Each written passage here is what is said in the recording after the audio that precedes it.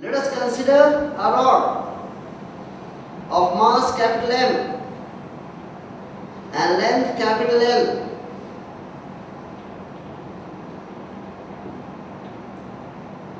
This rod is hit by a particle of mass small m moving with a velocity v0. The particle hits the end A of the rod. After collision, the particle comes to rest and the velocity in the center of the mass of the rod is v. The angular velocity is omega. The collision is fully elastic. We have to find small m by capital M. In this problem, we have to apply three concepts. Net external force is 0, so we can conserve linear momentum. The net external torque about the center of mass is 0, so we can conserve angular momentum of the center of mass. And since the collision is elastic, we can conserve kinetic energy. So first let us conserve linear momentum. The initial linear momentum is small m into v0.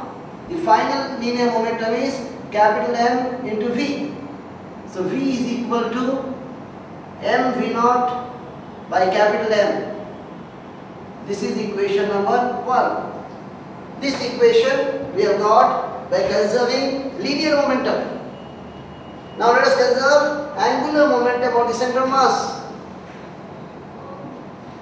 The initial angular momentum is m v0 into L upon 2. This is L upon 2. The final angular momentum is given by I omega. So I here will be ml square upon 12.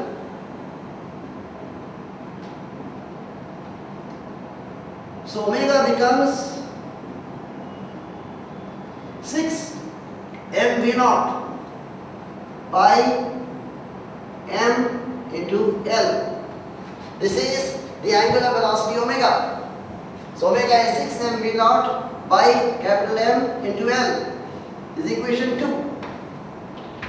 And the third thing you can apply is conservation of kinetic energy.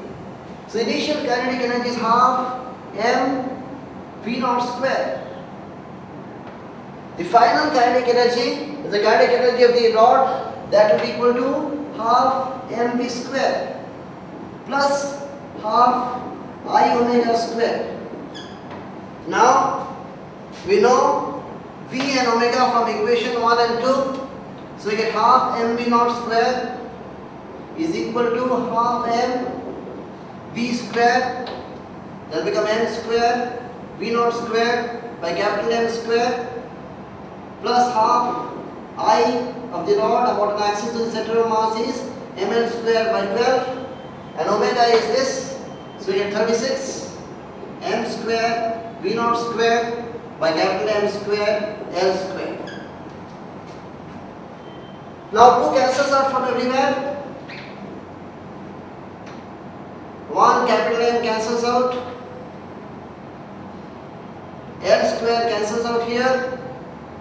This becomes 3. v0 square cancels out from everywhere. 1 small m cancels out from everywhere. So finally we have got 1 equal to m by m plus 3m by m. So if we simplify this, we get capital M equal to 4 times small m. So small m by capital M is equal to 1 by 4. So that is the answer. This is a problem where the bar is resting like this against the wall, say y-axis, and this is the x-axis. Now the bar is slightly disturbed, so it starts sliding down. So basically at some point of time the bar is making an angle theta with the x-axis. We have to find the angular velocity of the bar as a function of theta. Now the instantaneous velocity of this point will be always be in this direction, and the instantaneous velocity of this point will be in this direction. So the instantaneous axis of rotation will be perpendicular to these two velocities. So the instantaneous axis of rotation will be somewhere here. This is the instantaneous axis of rotation. Now, if you look at this diagonal, the distance of this instantaneous axis of rotation from the center of mass of the bar will be given by L by 2. Now, if you look at the loss in potential energy of the bar, that will be equal to the gain in kinetic energy. The center of mass here was at the height of L by 2, where it is falling through an angle theta. The center of mass now will be L by 2. This height will be L by 2 sin theta. Right? Therefore, the loss in potential energy will be given by mg L by 2 1 minus sin theta. This is the loss in potential energy, and this must be equal to the gain in kinetic energy. Now, if you look at the gain in kinetic energy, you have to find the moment of inertia about the instantaneous axis of rotation. Moment of inertia about the center of mass of the bar is given by ml square by 12. The distance r is equal to L by 2. By theorem of parallel axis, the moment of inertia of the rod about the instantaneous axis of rotation will be given by I plus mr square, that is ml square by 12 plus m into L by 2 whole square, that is ml square by 3.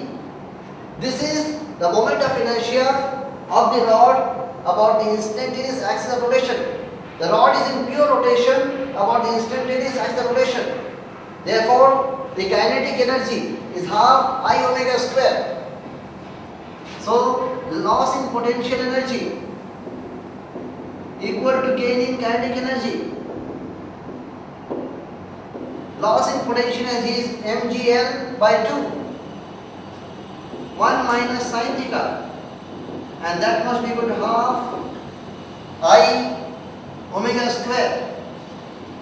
I about the instantaneous axis of rotation. So we get mgl by 2, 1 minus sin theta equal to half, this is ml square upon 3 omega square.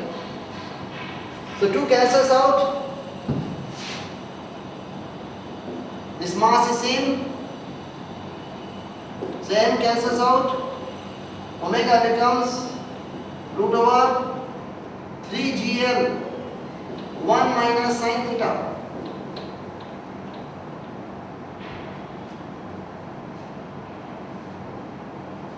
By L square, that is 3g 1 minus sin theta by L.